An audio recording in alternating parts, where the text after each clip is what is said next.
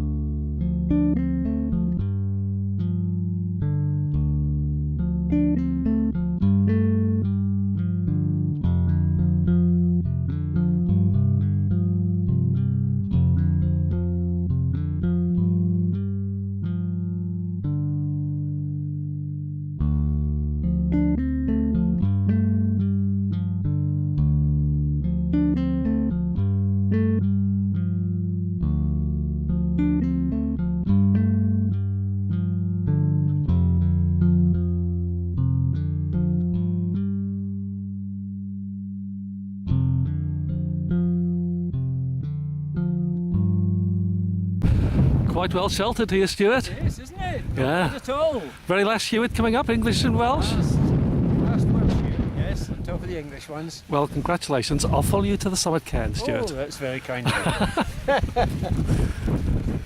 Oh, look at this. Yes. Hey! Hall of Fame, Hall of Fame, Hall, glad we came. Penna Helgi Day. Oh, well, thank you, well done, thank you, well done, thank you.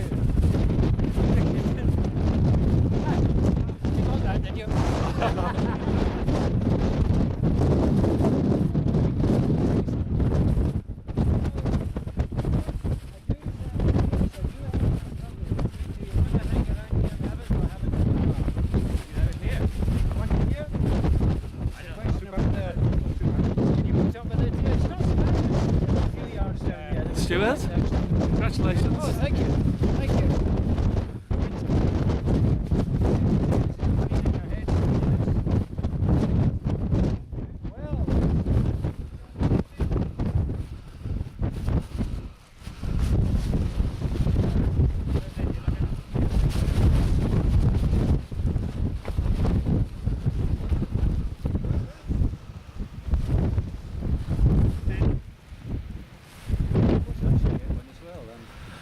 Well, that's summit of Penna Helgi in the Carnarvon, and that is Stewart Logan's last Welsh Hewitts. So congratulations to Stewart, and probably close off for now and do a little bit of filming a bit later. People more than the hills, because they get so many shots of the hill.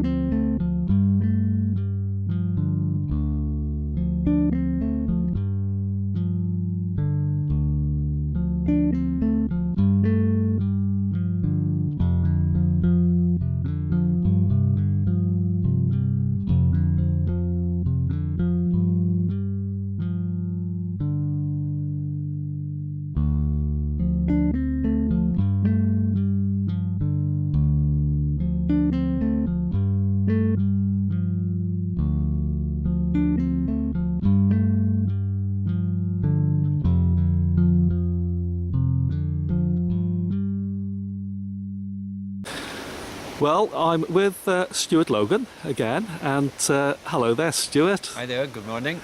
And you've just completed the Welsh Hewitts. Welsh Hewitts, yes. And that was yesterday, wasn't it? It was indeed. How did it go?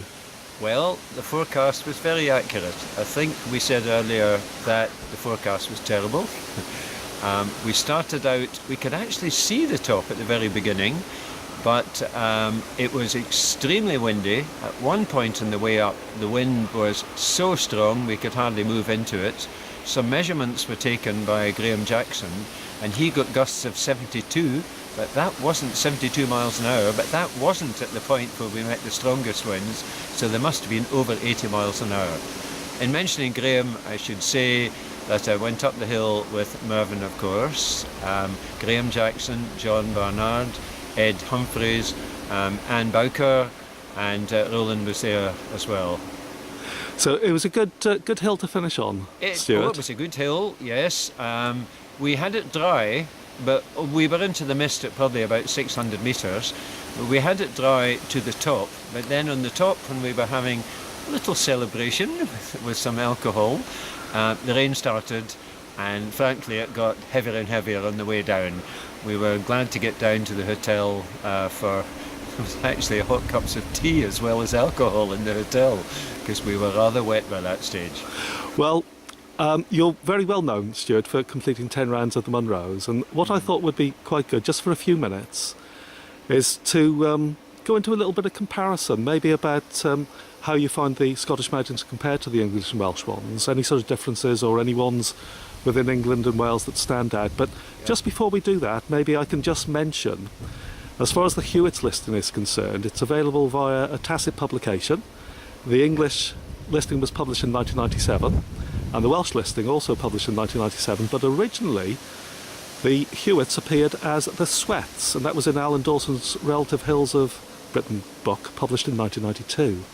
But to go back to that question, Stewart, comparing the Scottish mountains, which you know very, very well, compared to the English and Welsh, any sort of comments on that?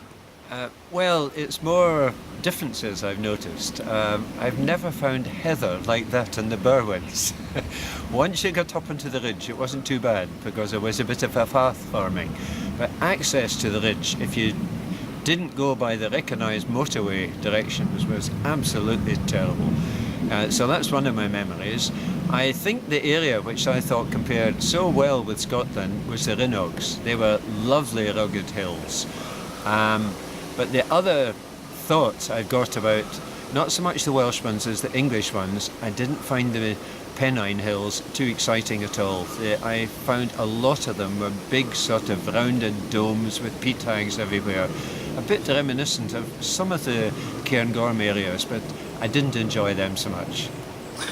Any other thoughts about the English and Welsh hills, Stewart? Because presumably when you've been coming down, well, one question could be, when did you purposely first go out to bag a Hewitt for being a Hewitt? I think it was only about 2 years ago. I'd bagged the Merlins in England and Wales, and then it came upon the lists of Hewitts and thought, oh, having done the Merlins, I've done quite a lot of them. So then I, in fact, did most of them this year. I finished the English ones this springtime, and I've been down 3 times this year to do the Welsh ones. My only regret in this is, because it's a long way to come, North Wales even is nearly 300 miles, much further to South Wales, you tend to go straight up and down the hills you want to do. I could see lots of scope for lovely ridge walks, but I didn't have the time in my journeys to come and do these ridge walks. So really, there are far better ways of enjoying the hills than going straight up and down. Well, I can highly recommend them, Stewart. There's some lovely possibilities for extended walks around England and Wales. Yeah. So, before I close off, Stewart, many congratulations. Yeah. And I'll leave it to you if you want to pass a final comment before we close off. Well, the only thing I would say is several people have said to me, what next? And I'm not quite sure what next. There are obviously Corbett tops and Graham tops, a fantastic scope there. And even around central Scotland, where I come from, there are humps to be gone for. So I'm not going to be running short of hills to do, but I haven't set any definite plans for the future at all. Well, Stewart Logan, many congratulations again. Thank you, and goodbye.